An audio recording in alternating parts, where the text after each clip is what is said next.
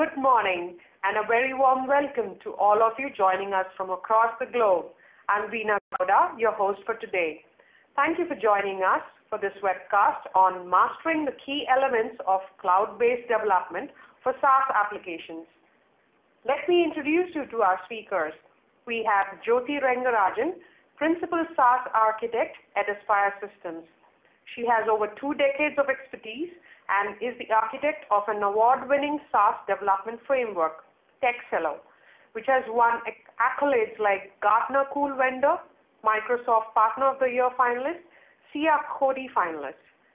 And we also have Chandramouli Parshuraman, Senior Technical Architect at Aspire Systems, focusing primarily on open source, cloud, and mobile technologies.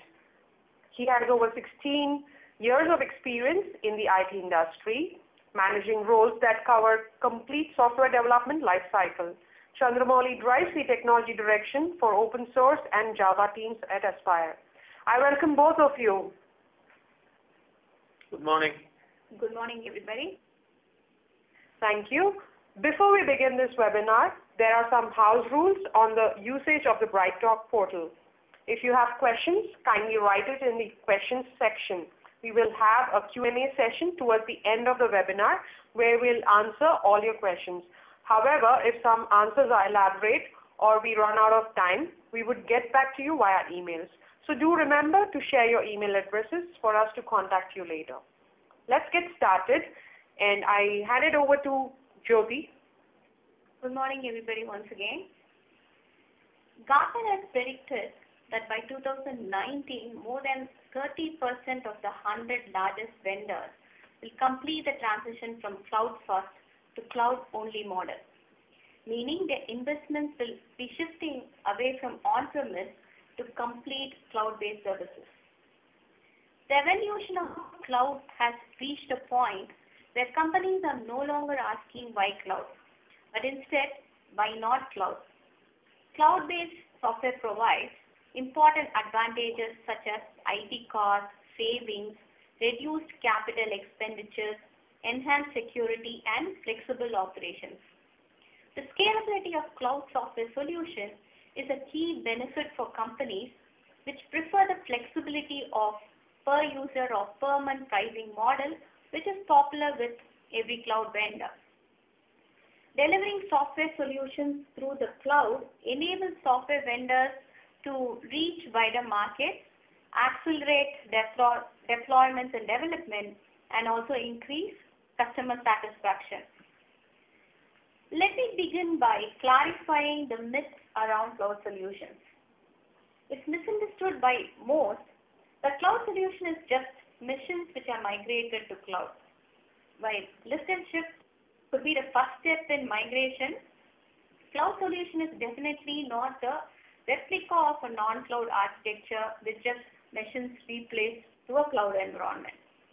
We need to adopt the strengths that cloud provides, which includes the infrastructure services, platform services, and the SaaS services for the right scenario to arrive at an efficient architecture. Practically, a cloud architecture looks utterly different from a non-cloud architecture. One of the other common myths about cloud is that it's not secure. This has been proven absurd over a period of time. Once you understand cloud and its features, you will agree that it's definitely much more secure than a non-cloud environment. Just not that, the security controls are very easy to establish and manage in a cloud scenario. Other elements that concern ISVs are the possibility of cost creep in cloud. Cost creep, though possible in cloud, can be overcome by controls and automations that you can easily put in place. It's also a fact that from scale and efficiency perspective, a cloud-native solution is much more efficient compared to any non-cloud solution.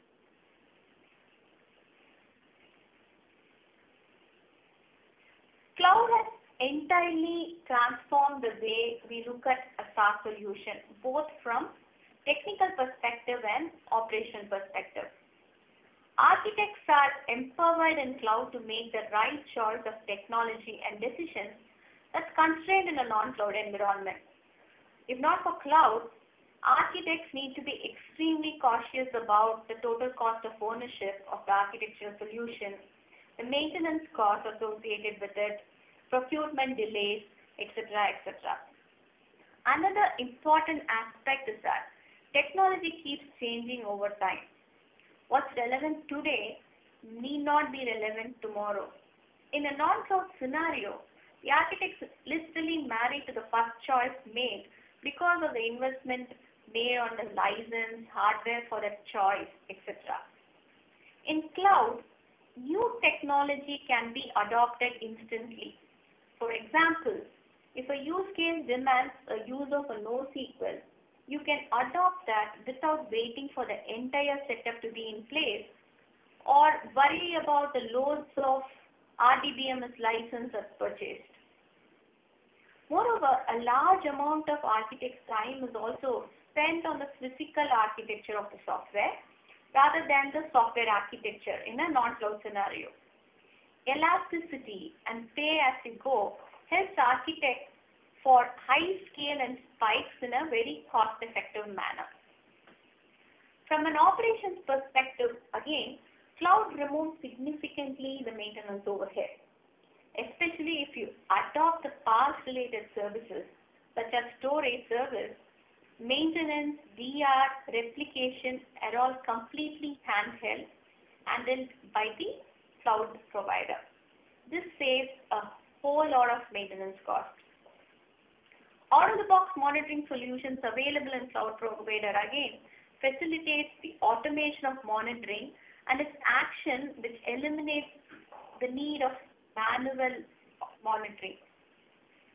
We have seen cases where more than 100 plus servers are managed by 2 DevOps, which is out of question in a non-cloud environment. Other advantage is the speed with which you can start using any technology or service. Procurement delays and setup time can be entirely eliminated, and provisioning is usually as easy as click of a button.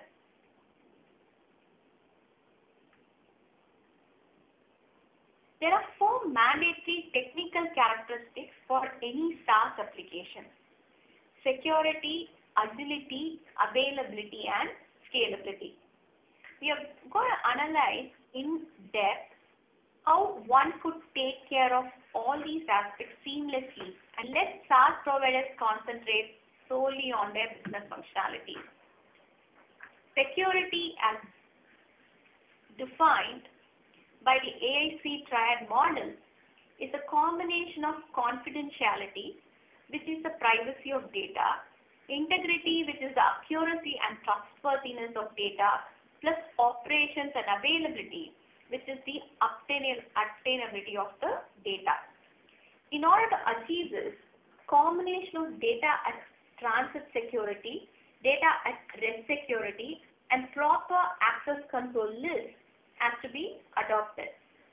Let's look at what cloud offers out of the box to achieve this and how easy it is to establish these controls.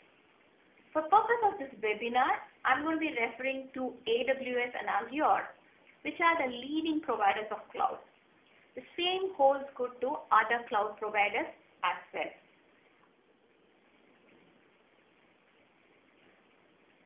Cloud supports configuration of multiple layers of network security.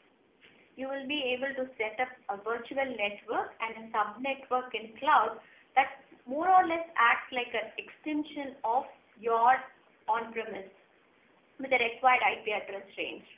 You would also be able to restrict access to services based on granular access control rules and policies. Most of the cloud providers offer web application firewall services which can be used at ease to prevent against web application security threats.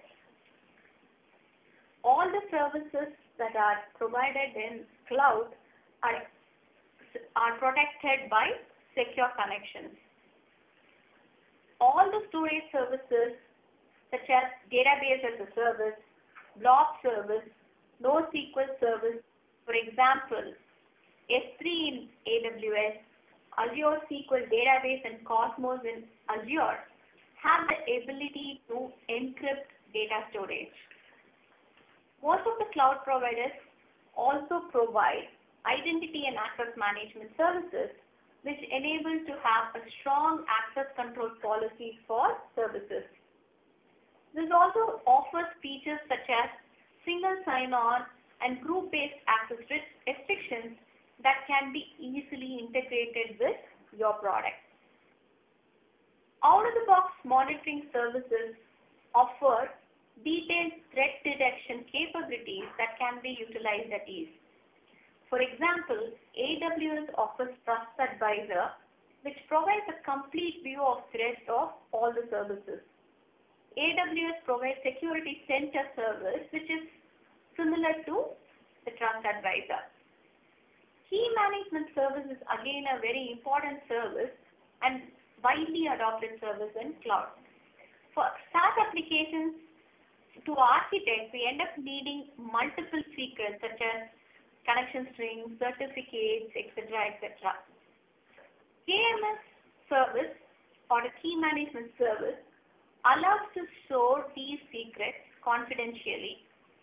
Azure offering, which is a key vault, and AWS offering KMS are all examples of the service. This is a summary of the points that we saw now.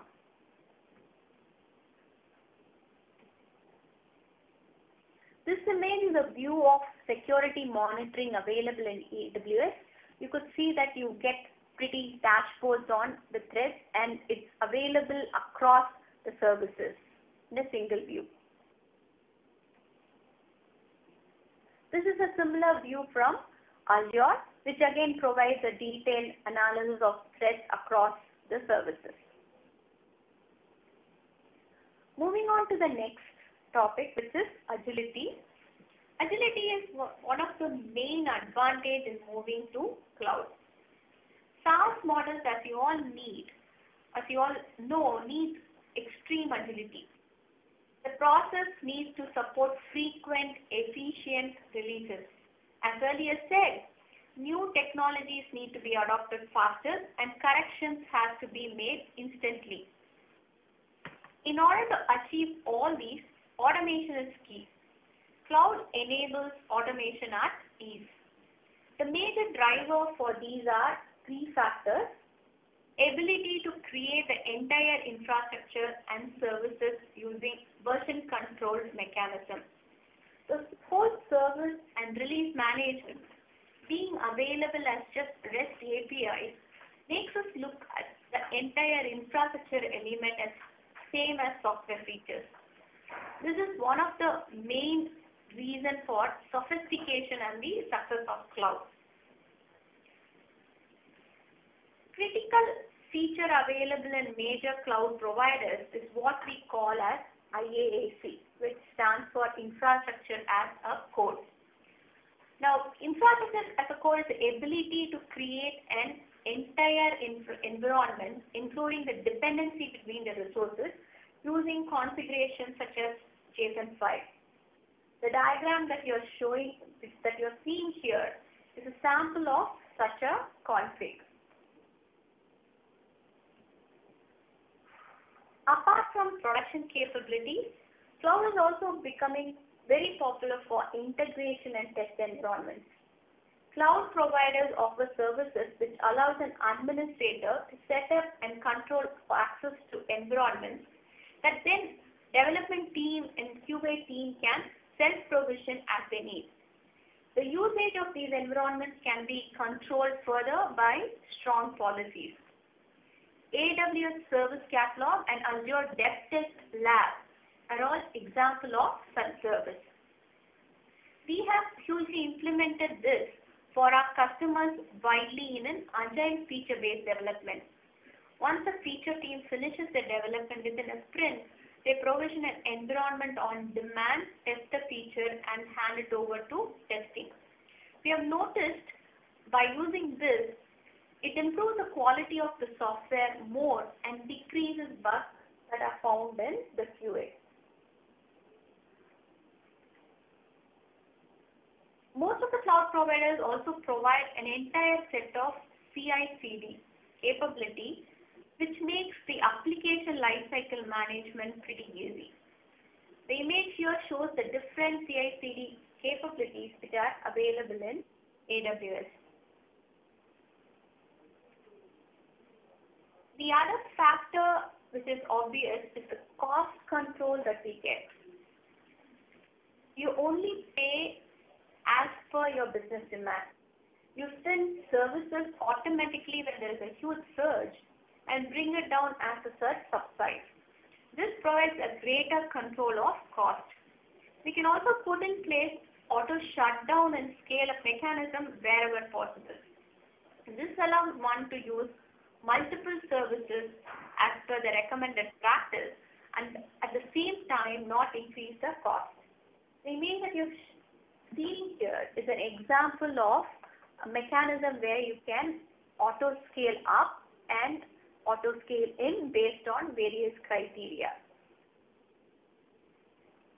Moving to the next, out-of-the-box monitoring solutions allow great in-depth detail analysis of both infrastructure and application. The image that you are seeing here is a view of App Insight, which is the application-centric monitoring service that's ready-made available in Azure.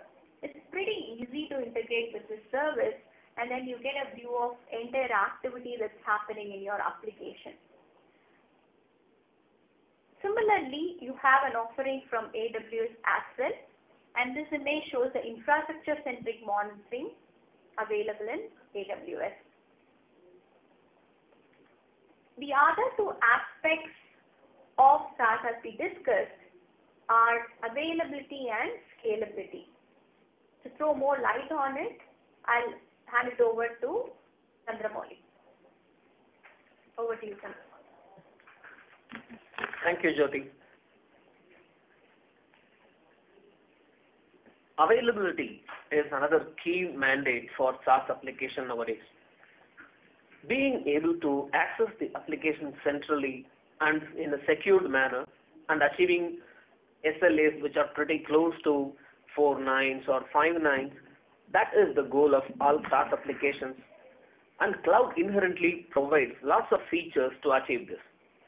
Automatic failover is handled by all the platform services, and these platform services, as we just discussed, promise 999 or 49 or even 59 SLAs in many cases. As architects, we just need to configure the right options provided by these services.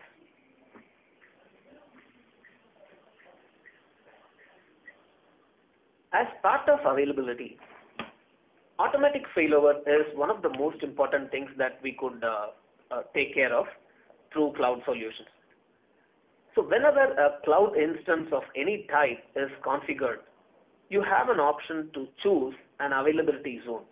For example, US East, US West, London, Tokyo, and so on, which could be determined based on your needs.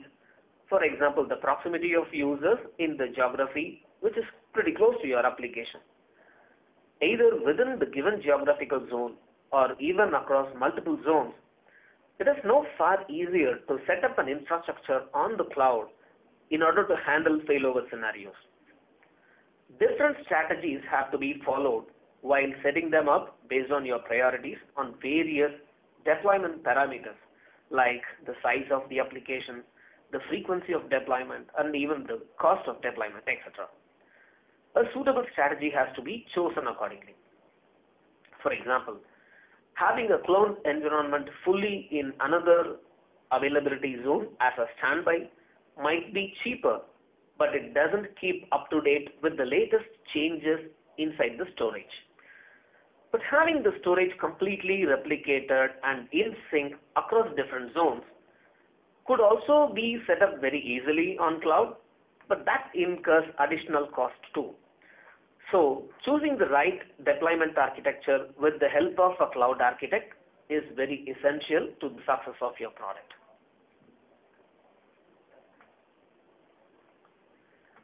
Currently, all major cloud providers have presence across multiple availability zones, including US East, Central, and West, all major cities in Europe and Asia Pacific, and in some cases across South America too. This map is an indicative list of the availability zones of three major cloud providers: AWS, Azure, and Google Cloud Platform. Major new centers are being added very frequently to cater to the growing demands.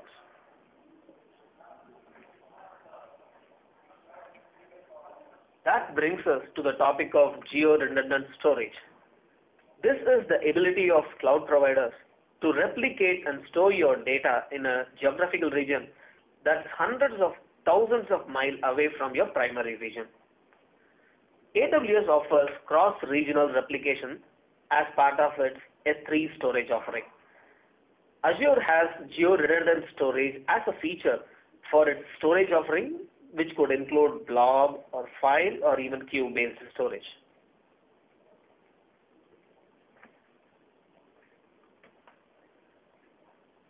The next important technical aspect that we have to look into is scalability. Scalability is a core requirement in any SaaS application, and we recognize that SaaS is a volume game. The load on any SaaS application is going to be exponential compared to a non-premise solution. So it is important to architect all the layers of the application with scalability in mind. There are patterns that help in achieving high scale in the application layer, such as microservices or serverless computing. Cloud simplifies building these patterns pretty easily. In addition to that, it is important to design the data storage layer in a way that it scales well. There are various factors that cloud offers to simplify this. There are two techniques that you could adopt to scale. One is scale up and then the other one is scale out. Scale up is increasing the resources such as CPU and memory. Scale out is adding more nodes to an existing cluster and then balancing them. But there is another aspect to scale, which is elasticity, which is a specialization of cloud, I would say. So that is a key aspect of cloud that makes it superior to non-cloud solutions. Elasticity enables scale up, scale out, and scale in based on the parameters such as load, etc. If you consider scale up and scale out as incremental or a unidirectional change, elasticity provides you the ability to scale in or scale down, which means you could reduce the resource usage, which helps you in achieving better cost efficiency also.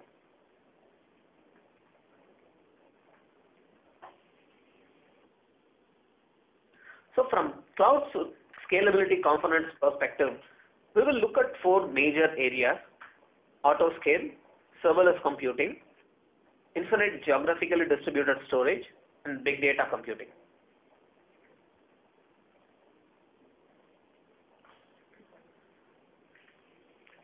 Autoscale is the ability to automatically scale out or scale in based on the parameters such as load, schedule, and various other such parameters.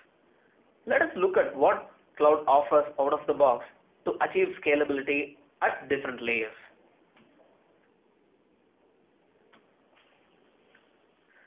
When you're using infrastructure as a service or application services, you can configure Autoscale. This enables the scale out of the instances based on the criteria of CPU usage or memory usage. And similarly, we can set up criteria for scale in also. From the picture that you see here, you could notice that we are specifying CPU as the parameter for Autoscale. The size of the instance here is a small 1-core 1.75 GB instance. The number of instances that you have in this Autoscale group is going up to 5 instances, and then the target CPU that you want to cover, the moment you want to trigger an Autoscale here, is up to 70%, somewhere between 40 and 70%.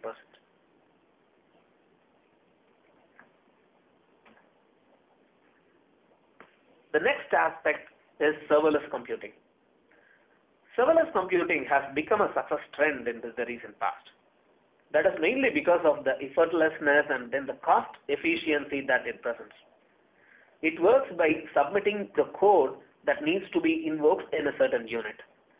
The underlying server and the infrastructure that is used to run the code is completely abstracted from us. The factor that you are charged only for the time the code takes to execute, that results in extreme cost efficiency. We could, in a way, compare serverless computing to the usability paradigm of Macintosh, where in Mac you generally see that you do not exactly see drive names like C:, or D:, when you want to access your files, media files or any other such files. But Mac provides categories like applications, documents, videos and audio, and then it becomes very easy for the end user to understand such a paradigm. In a very similar manner, serverless computing provides you the ability to just specify what function that you want to run based on a specific trigger.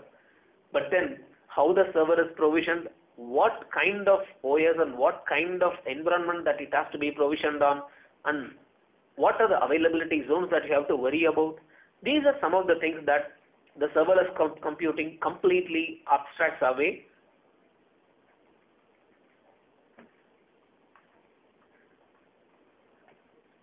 And here are some of the use cases for using serverless computing.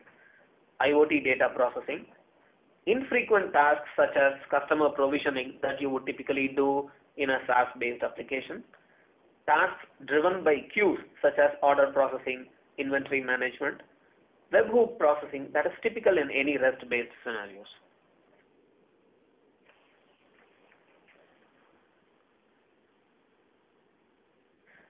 Coming to the storage services within the scalability, cloud offers multiple choices for data stores depending on the type of storage, such as blobs, relational data, NoSQL data.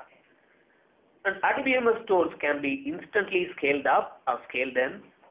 Blob, NoSQL storage, they also provide infinite scale out of the box.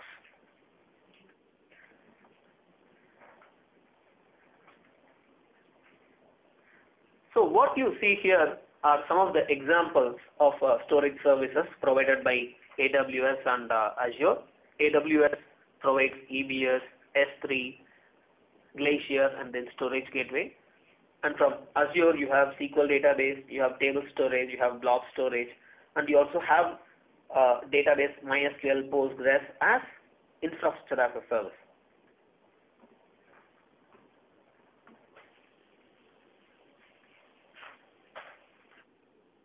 The next aspect that we are looking at is the big data computing. There are also managed big data services offerings on HPC available in cloud. The complex part of setting them up and then managing the big data stack is entirely eradicated now. You can spin off instances of entire big data stack in minutes rather than days and then start consuming it from the day one. So the examples that you see in the current slide, they are from Azure. Some of the services that you see are data lake store, SQL data warehouse, and you also have various tools related to machine learning, data lake analytics, and then HD Insight as part of your machine learning and analytics. And these are some of the examples of services from AWS for big data. You have Amazon EMR, you have S3, you have Amazon Redshift.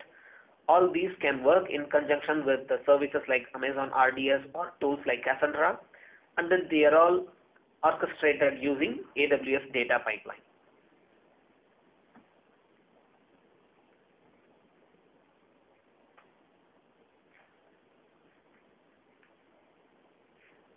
Now, over to Veena to further take this.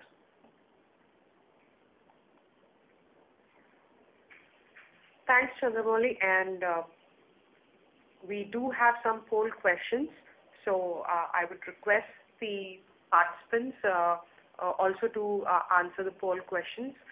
They do come up below your screen, just below the presenting screen. There's a second menu option, which is just next to ask a question, which is vote. So if you click on that, you can see the different questions that we have posted, for which you could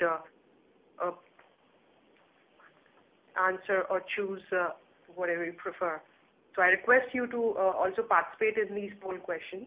It will help us to provide much better answers, as well as have interesting webinar topics coming forth.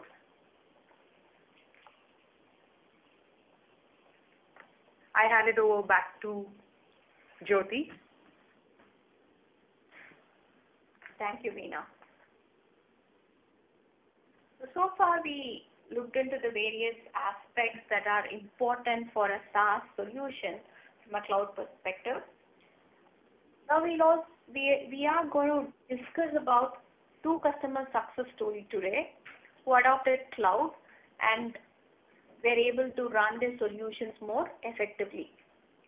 The first customer is a leading document management software provider. This customer was on an on-premise model and wanted to move to a multi-tenant SaaS model. In order to do that, they were looking for a platform which would help them scale efficiently and also accelerate their movement to a SaaS model. We worked with this customer and built a scalable and secure solution using the PaaS services of Azure. Azure's storage service helped in achieving the huge scale that their business demanded, and the shared access security option available in Azure storage service, which is the Azure Blob storage, made it very easy to share the documents to various customers and collaborate. The solution post the entire replatforming and on Azure supports a high concurrency and a very high volume of documents and workflows in a very reasonable price.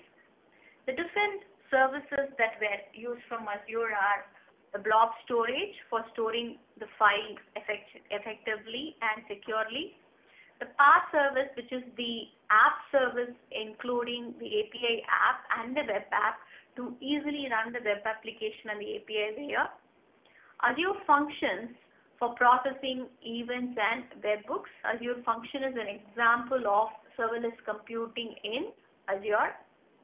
Azure Batch for document processing. Azure Batch is a high-performance cluster that's available in Azure. Azure SQL Database, which is the PaaS version of the SQL Server for data storage. And Azure ADB2C, which is the identity and access management solution available on Azure. So all of these services were used in conjunction to provide a scalable and secure solution. The second customer is a leading insurance provider. They moved from an on-premise solution to a hosted SaaS single-tenant solution. You will know that the time taken to onboard a customer is huge in a hosted solution. We developed here an architecture for the customer that automates the entire environment provisioning of their customers. We collaborated with the client and helped them in building this tailored deployment model in AWS that helped them support their customers better and onboard them much more efficiently. The technology stack that was used for the solution was Java, and a microservice-based architecture was deployed.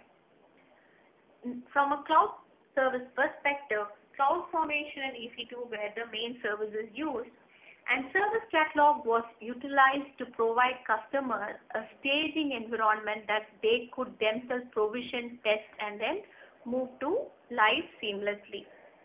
Notifications were sent using SNS and SES, which is the simple email service and notification services of Amazon.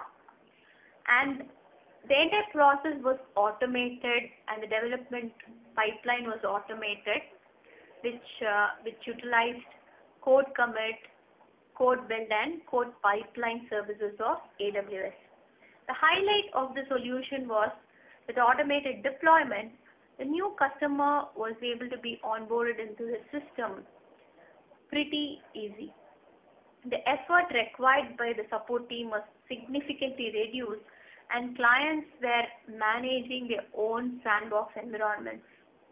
The solution was built as a pseudo microservice that's orchestrated in a scalable model. Some of the services had multiple implementations that can be done in runtime as well.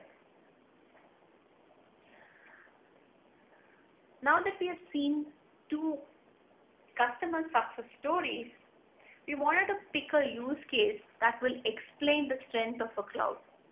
This use case that we are going to see is for one of a financial products.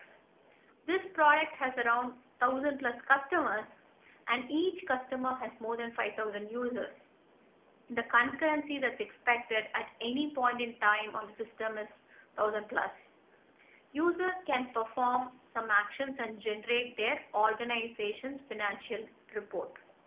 Now, this report can range from 200 to 500 PDFs.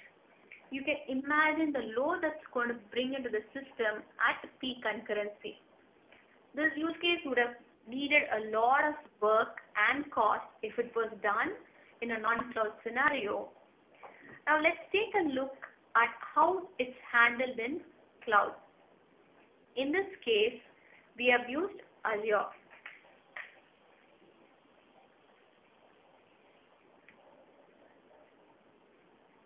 Once a user performs the action of report generation, a message is sent to a Azure Service Bus queue. A web job picks it up, and then a batch is run, an Azure batch is run, whose number of jobs and resources to process it is dynamically calculated and allocated as per the number of reports that can be run in parallel. As I mentioned earlier, Azure Batch is the high-performance, high-parallel cluster available in Azure. Once the Azure Batch processes the report, it is finally zipped and stored in Azure Blob Storage. Users can then download the zipped reports from Azure Blob via a URL, and they could also share it using a SAS token or a shared access token. With this architecture, we are able to scale out and achieve an economy at a very reasonable price. So, from the discussion, you would have understood that cloud has already become the de facto choice of SaaS vendors. The cloud providers are adding much more services day to day to make solutions easier and faster. And if you have not made the move to cloud, it is late than never, and you can make the move immediately. Thanks a lot, and over to you, Veena. Thanks, Jyoti. So before I move on to the Q&A section, I would like to remind once again, please do participate in the poll questions, because that really helps us in bringing out more such interesting webinars. And moving ahead, I would like to introduce you to Aspire Systems, a global technology services firm serving as a trusted technology partner for our customers. We work with some of the world's most innovative enterprises and independent software vendors, helping them leverage technology and outsourcing in our specific areas of expertise. We have technology expertise around software engineering, digital services, testing, and infrastructure and application support. Our targeted industry focus areas are retail, banking and financial services, and insurance. Aspire has extended its global presence across US, UK, Singapore, Benelux, Middle East, and India.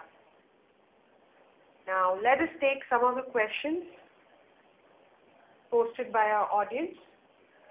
So, yes, we have the first one, which is, does adopting cloud increase my cost? Jyoti, would you like to take this up and answer it first? Yes. So it is, as I explained, a common myth that moving to cloud usually increases the cost. It's definitely not the case. It's in fact the other way around. if you place proper controls and adopt what cloud provides you, especially the agility and the automation of it, you can easily bring down the cost to a great extent, and it will prove out to be much more cheaper than your non-cloud environments. Things like auto shutdown, and then the scale-in policies that you can adopt allows you to increase the resource only when your business demands, and otherwise you can run it in a bare minimal cost. So that's the main advantage of cloud, and if you properly architect it, the cost surge wouldn't be an issue at all. Thanks, Jyoti. We do have another question, which is it a safe strategy to choose more than one cloud vendor? So, Chandramouli, would you answer this please for us? Sure. We would say that to choose more than one cloud vendor might not be a good strategy. You start with just one vendor and then proceed, particularly from an ISV perspective. It helps you actually make better use of cloud and then achieve the efficiencies that it provides. Otherwise, I think it defeats the whole purpose. Whereas for an enterprise, it could be a different story, where if you have multiple systems that are internal to you, and then you would like to choose something else or choose a different vendor based on the need, that is a different story. But from ISV perspective, at least, we would definitely recommend going with just one cloud vendor. Thanks, Chandramouli. That's great. And let me just once again run you through our cloud expertise. We have more than 80 plus SaaS products built from the ground up. We have 6,500 product releases till date and 1,400 strong team with product development expertise. So that's quite a lot of cloud expertise that we have, and I hope our audience would come back to us for some feedback or any support that we could provide. Now, if you have any further questions, you can always write to us. We have our email address given at the end of the webinar. Yes, in the Q&A section slide. So we will wait for another 15-30 seconds for some more questions.